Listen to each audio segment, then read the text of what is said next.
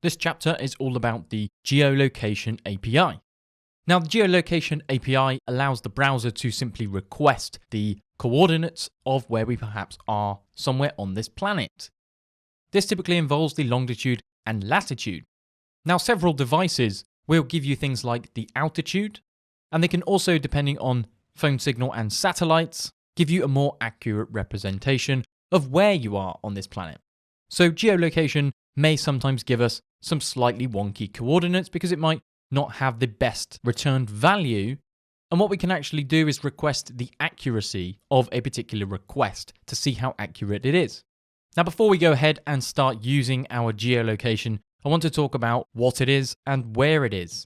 Now, if you go ahead and type out console.log, we'll log out our navigator. This is a global property on the window object. So let's save this out and take a look here.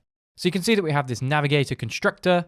We have things such as cookies are enabled, device memory 8, do not track null. There's lots of information on here which deals with other parts of the browser.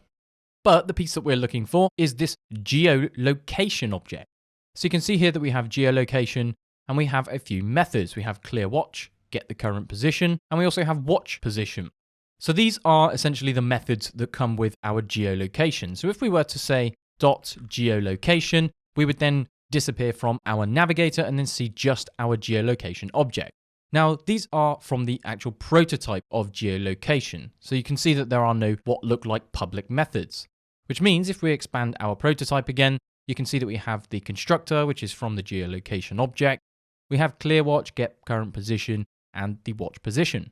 So with that in mind, what I want to talk about is what we're going to do in this chapter.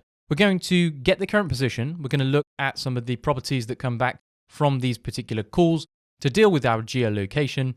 This is going to involve grabbing the latitude and the longitude position of where we are. We're then going to look at handling the permissions and any location errors. For example, if we cannot manage to actually get the position that we want. We'll also look at writing our own custom error messages, a couple of advanced geolocation options, and then we're going to create a quick demo to then watch our position. So you can in fact walk around outside and it will then update our longitude and latitude accordingly. And finally, we'll render all this out on a nice Google map so we can then see where we're at. Now, this video is purely introducing you to this window navigator.geolocation, but I want to explicitly talk about how we can feature detect this geolocation. Again, with many of these APIs, they will have excellent browser support, but there will in fact be few of them which we do need to sanity check before we go ahead and use them. So what we would typically do to check if our navigator does in fact support geolocation, we could say something like if navigator.geolocation, then go ahead and fire off a bunch of our code. However, there is a slightly nicer way where we can say if, and we can pass in a string. So we're going to say if geolocation exists in our navigator. Now, this is a better way of checking whether geolocation as a property does in fact exist on our navigator, which we know it does because we are logging it out here. But if we were to say if navigator.geolocation, and for some reason the property existed or perhaps was overwritten, it could give us a strange return value. So this is a safer approach. This gives us a Boolean straight out of the box, this in operator. And what it actually does is look up the prototype chain as well as any public methods. So this is going to check whether our navigator has geolocation anywhere on it. And that includes any public properties as well as any prototype properties. So inside of here, we can say something like geolocation is supported.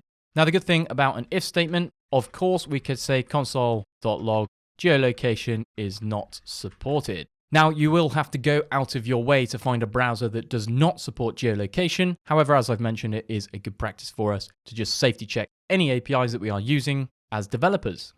So we're going to wrap it up there for this video. We've had a look at the window.navigator. What I'd also encourage you to do is delete this geolocation and have a look through the rest of this navigator object and see if there's anything in there that you might wish to go ahead and dive into in your own time. We've then talked about this in operator, how it looks up the prototype chain of this particular object that we're referring to on this side of the expression. So we've asked, does our geolocation property exist on the navigator? Yes, it does. And it doesn't matter what the value is. So if we were to say if navigator.geolocation, this is actually going to want some kind of value that's going to evaluate to a truthy or a falsy value. Whereas using in gives us the benefit of just giving us a straight up Boolean. It doesn't really matter what approach you use, but I like to use the in operator just to be sure. So that's it for this lesson. Let's dive into some geolocation.